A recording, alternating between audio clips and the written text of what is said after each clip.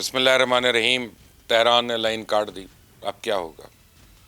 اسلام آباد کا واشنگٹن کو پیغام. فرانس کو 114 رافیل طیاروں کا آرڈر اور نیپال نے ہندوستان سے اپنا علاقہ چھین لیا. آپ دیکھ رہے ہیں مبشر لقمان چینل، میرا نام مبشر لقمان ہے. وہی ہوا ہے جس کا ڈر تھا. جنگ بندی معاہدے کی بار بار خلاف ورزی کے بعد ایران نے مذاکراتی عمل مکمل طور پہ روکا ہوا ہے. تہران نے شرط عائد کی ہے کہ جب تک اسرائیل لیبنن کے خلاف حملے نہیں روکتا تب تک واشنگٹن کے ساتھ کوئی بات نہیں ہو سکتی. لہٰذا امریکہ کو ہمارے ساتھ کوئی حتمی معاہدہ کرنا ہے تو پہلے تمام محاذوں پر سیز فائر یقینی بنایا جائے. آپ کو یاد ہوگا پاکستان نے جس روز ایران اور امریکہ کے درمیان سیز فائر کرایا تھا، اس معاہدے میں تمام محاذوں پہ جنگ بندی کی شک شامل تھی، لیکن اس کے باوجود اسرائیلی فوج نے اگلے ہی روز لیبنن پر دھاوا بول کر اس بات کا واضح اعلان کیا کہ وہ اس سیز فائر معاہدے کو تسلیم نہیں کر رہا. تو آج صورتحال یہ ہے کہ اسرائیلی فوج کئی کلومیٹرز تک لیبنن کے اندر گھس چکی اور اب تک تو سول انفراسٹرکچر اور عمارتوں کو بھی نشانہ بنا رہی ہے. عام شہریوں کو علاقہ چھوڑنے پہ مجبور کر رہی ہے. اب آپ ہی مجھے بتائیں، اس درندگی پہ عالمی برادری آخر کب تک خاموش بیٹھے گی؟ اسرائیل کی اس زٹ درمی کی قیمت پوری دنیا چکائے گی اور اس کے رد عمل میں ایران ایک بار پھر ابنائے ہرمز بلاک کرے گا اور مجبوراً امریکہ کو بھی دوبارہ بحری ناکہ بندی کرنا پڑے گی. یوں خلیج سے تیل کی ترسیل ایک بار پھر رکے گی اور تیل کی نیچے آنے والی قیمتیں دوبارہ اوپر جائیں گی. تو سوال یہ ہے کہ اب ہونا کیا؟ کل جس وقت ایران نے مذاکراتی عمل معطل کرنے کا اعلان کیا تو ایک لمحے کے لیے مجھے ایسا لگا کہ ہم ایک بار پھر تباہی کے دہانے پہ واپس پہنچ رہے، لیکن رات گئے تہران، اسلام آباد اور واشنگٹن کے درمیان رابطے بحال ہو گئے اور سب سے پہلے تو ایران اور پاکستان کے وزرائے خارجہ کے درمیان ٹیلی فونک رابطہ ہوا. اس کے بعد ایرانی وزیر خارجہ نے فیلڈ مارشل عاصم منیر کے ساتھ بھی بات کی، انہیں اپنے تحفظات سے آگاہ کیا. اس کے بعد رات گئے اسلام آباد اور واشنگٹن کے درمیان ایک طویل ٹیلی فونک کال ہوئی اور اسلام آباد نے واشنگٹن پہ واضح کیا کہ لیبنن میں سیز فائر ہونے تک مذاکرات بحال ہونے کی کوئی امید نہیں ہے. تو امریکن میڈیا کا دعویٰ ہے کہ اسلام آباد سے پیغام آنے کے بعد پریزیڈنٹ ٹرمپ نے براہ راست اسرائیلی وزیر اعظم کو فون کر کے انہیں مذاکرات سیبوٹاج کرنے کا ذمہ دار قرار دے دیا.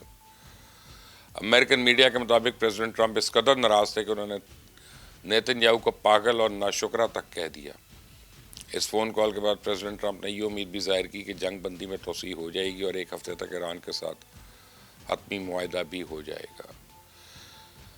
لیکن میں آپ کو بتاؤں کہ نیتن یاہو آسانی سے تو پیچھے نہیں ہٹے گا. اس شیطان نے آج ہی اپنے سوشل میڈیا پوسٹ میں اعلان کیا ہے کہ ہم نے اپنے موقف پہ قائم ہیں اور جنوبی لیبنن میں حملے جاری رکھیں گے. تو نیتن یاہو کی سرگرمی کے بعد میں سمجھتا ہوں کہ بال اب امریکہ کے کورٹ میں ہے.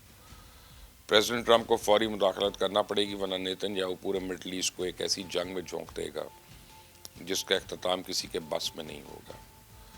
بریکنگ نیوز یہ ہے کہ Indian air chief next generation کے 114 رافائل طیاروں کی ڈیل کرنے کے لیے خود فرانس پہنچ گئے ہیں. اور کسی بھی جمہوری ملک میں دفاعی سودے کا یا ہتھیاروں کی خرید و فروخت کا کام وزارت دفاع کی ذمہ داری ہوتی ہے، لیکن بھارت میں سول اور ملٹری قیادت میں اعتماد کے فقدان کا عالم یہ ہے کہ ایئر چیف وزارت دفاع کو بائی پاس کرتے ہوئے خود طیارے خریدنے فرانس گئے. اور گودی میڈیا بڑی فخر سے اس ذلت آمیز خبریں پوری دنیا کو سنا رہا ہے. آپ بھی سن لیں. Air Chief Marshal AP Singh is holding key talks in France is what we are learning at this point in time. Next-gen Rafale acquisition talks gain pace. سنا آپ نے، اصل میں انڈین ایئر فورس کی خواہش ہے کہ رافیل بنانے والی فرینچ کمپنی ڈسالٹ جو ہے 114 میں سے 90 طیارے انڈیا میں تیار کرے. اور ان کی دوسری خواہش ہے کہ فرانس مقامی سطح پہ پروڈکشن شروع کرنے کے ساتھ ساتھ ٹیکنالوجی بھی ٹرانسفر کرے اور ان جدید طیاروں کو برہموس جیسے دیسی ہتھیاروں کے ساتھ ہم آہنگ بھی کرے. یعنی یہ لوگ اپنی بنیادی طور پہ یورپین اور امریکن ٹیکنالوجی کا ایک دیسی ورژن شروع کرنا چاہتے ہیں. تو فرانس نے پچھلے سال بھی بھارت کو رافیل طیاروں کا سورس کوڈ دینے سے منع کر دیا تھا اور اس بعد مقامی سطح پہ ہی پروڈکشن کرنے کی شرط بھی تسلیم نہیں کی تھی. تو انڈین ایئر چیف کے اس دورے کا بنیادی مقصد فرینچ کمپنی ڈسالٹ کو انہی دو شرائط پہ قائل کرنا ہے. لیکن میں یقین ہے ڈسالٹ $1 کی ڈیل ٹھکرا دے گا، لیکن انڈیا کو ٹیکنالوجی ٹرانسفر نہیں کرے گا. پچھلے سال بھی جب ہمارے J-10Cs نے بھارتی رافیل طیاروں کو گرایا تھا تو اس کے بعد شیئر مارکیٹ میں ڈسالٹ کے شیئرز بری طرح گرے تھے. مجھے نہیں لگتا کہ ڈسالٹ یہ رسک دوبارہ لے گا اور اپنی شاہکار پروڈکٹ کے 114 طیارے ان نالائکوں کے حوالے کرے گا.